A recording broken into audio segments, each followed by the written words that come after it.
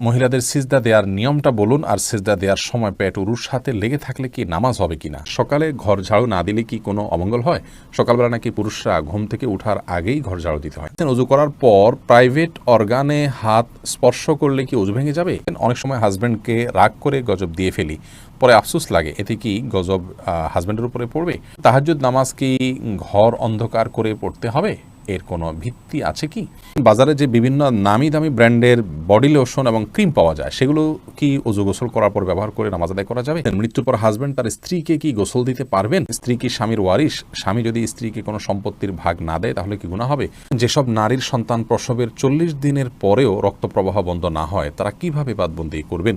আপনি একটা আলোচনা বলেছেন, রাগের মাথায় তালাক বললেও তালাক কার্যকর হয়ে যায়। এটা দেখে আমার স্ত্রী আমাকে তালাক দিয়েছে। আপনার কথার কোরআন হাদিসের আলোকে ব্যাখ্যা চাই। আর বিলম্ব না করে চলুন আপনাদের গুরুত্বপূর্ণ প্রশ্নগুলোর উত্তর দেওয়ার আলোকিত ভুবনে প্রবেশ করি। তাসনিম আরা তাশফিয়া জানতে চেয়েছেন, অজু করে সাবান ধরলে কি অজু থাকবে? কোনো অসুবিধা নেই, সাবান ধরলে অজু থাকবে। খান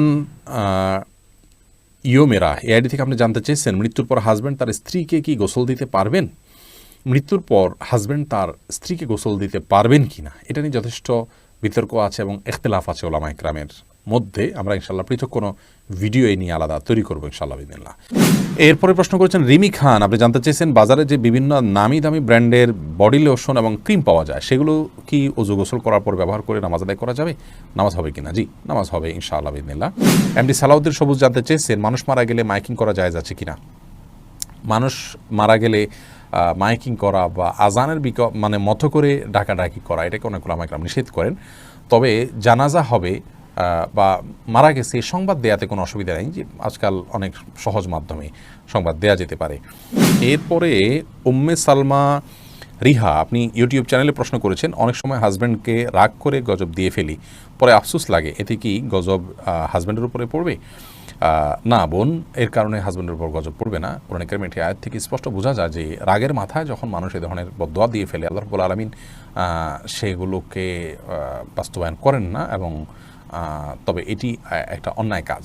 মুমিন কখনো কথায় কথা অভিসম্পাতকারী হতে পারে না। নবী করিম সাল্লাল্লাহু আলাইহি ওয়াসাল্লাম বলেছেন, ইমানদার কখনো লাআন হয় না, লাআনত করবে, অভিসম্পাত করবে, বদদোয়া করবে কথায় কথা, এটি ইমানদারের চরিত্র নয়। অতএব সবর এবং ধৈর্যের পরাকাষ্ঠা প্রদর্শন করতে হবে ভালো ইমানদার হওয়ার জন্য।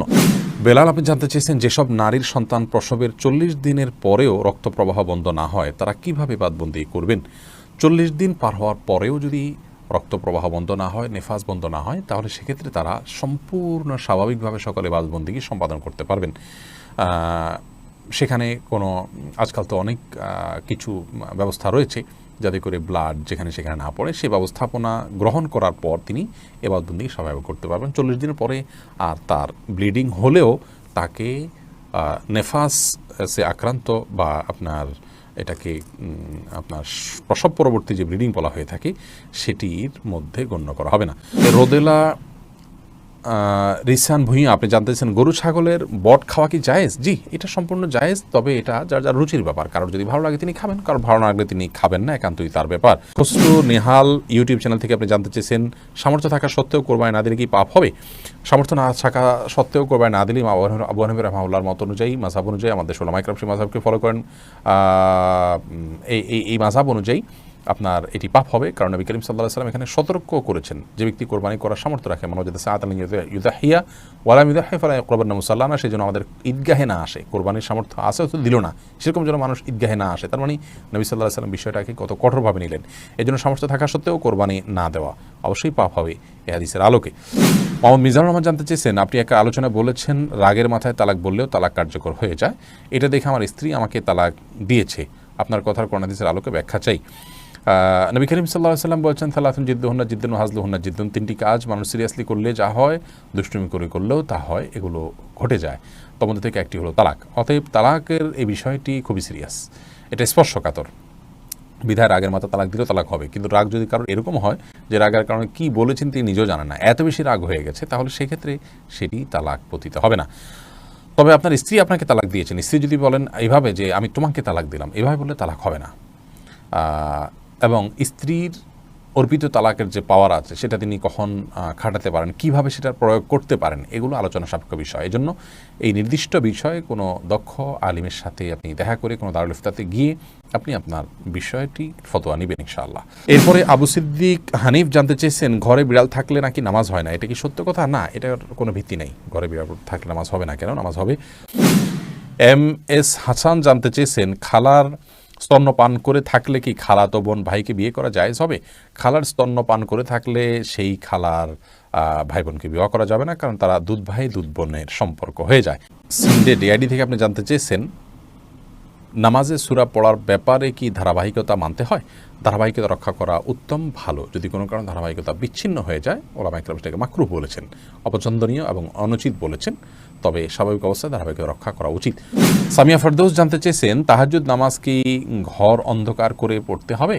এর কোনো ভিত্তি আছে কি? তাহাজ্জুদের নামাজ এটা আমরা ঘর অন্ধকার করে লাইট বন্ধ করে পড়তে হবে, এর কোনো ভিত্তি নেই।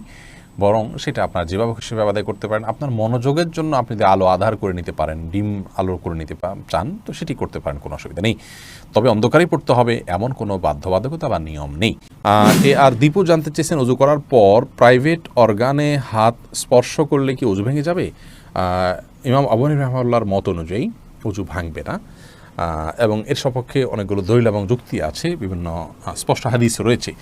যদি অনেক ইমামদের মতে যদি কোনো আড়াল ছাড়া স্পর্শ মানে সরাসরি স্পর্শ করেন, তাহলে সেক্ষেত্রে অজু ভঙ্গ হবে।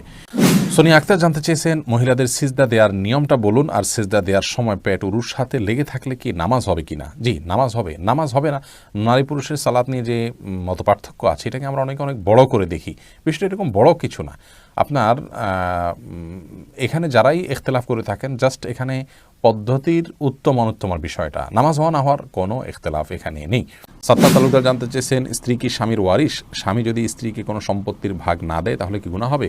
যে স্বামী স্ত্রী একে অন্যের ওয়ারিশ, অতএব স্ত্রীর আপনার স্বামীর মৃত্যুর পর স্বামীর সম্পদে ভাগ পাবেন। সন্তানরা যদি থাকেন তাহলে একরকম, কোনো সন্তান না থাকলে আরেক রকম, কিন্তু ভাগ পাবেন। অতএব স্বামী যদি তার স্ত্রীকে বঞ্চিত করেন, সেটি তার অবশ্যই গুনাহের কারণ হবে। লাবণ্য আপনি জানতে চেয়েছেন, সকালে ঘর ঝাড়ু না দিলে কি কোনো অমঙ্গল হয়?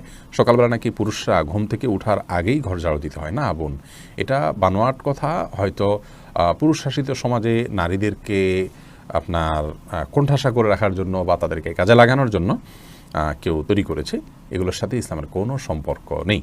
সামিউল ইসলাম জানতে চেয়েছেন, ঋণ করে কোরবানি করা যাবে কিনা? ঋণ করে কোরবানি করা যাবে, কিন্তু যিনি ঋণ করে কোরবানি করছেন, তিনি ঋণ করে কোরবানি করার ক্ষেত্রে যদি তার পরবর্তীতে ঋণ পরিশোধের ভালো ব্যবস্থাপনা থাকে, সেজন্য তিনি করতে পারেন। ইবাদত বন্দেগী নেক আমল, এটা ঋণ করে করা যায়। আর্থিক ইবাদত নেই, ঋণ করে আমরা দান করতে পারি, ঋণ করে আমরা কোরবানি করতে পারি, সেজন্য এটাও করা যায়। কিন্তু ঋণ করে কোরবানি করার জন্য যারা খুব বেশি আগ্রহী, তারা ঋণ করে কি কখনো দান সাদকা, গরিব দুঃখীদেরকে টাকা পয়সা দেওয়া, মসজিদ মাদ্রাসায় দেওয়া, এগুলো তারা করেন কিনা? যদি কখনো সেগুলো না করেন, তাহলে কোরবানির ক্ষেত্রে বিশেষভাবে ঋণ করে করার বিশেষ হেতু কি? যদি এমন হয় যেখানে গোশতটাই মুখ্য, তাহলে সেক্ষেত্রে আপনার এইভাবে কোরবানি ঋণ করে হোক আর ঋণ করা ছাড়া এমনি নিজের টাকা থেকে হোক করা উচিত নয়। এই জন্য উদ্দেশ্যের বিষয়টিকে আমাদের বারবার মাথায় রাখা উচিত, এবং যেহেতু এটার ফিডব্যাক আমাদের বাসায় উঠে, অতএব মুখ্য উদ্দেশ্য যেন কোরবানির গোশত না হয় সেটি মাথায় রাখা উচিত। মৌলিকভাবে ঋণ করে কোরবানি করা জায়েজ রয়েছে।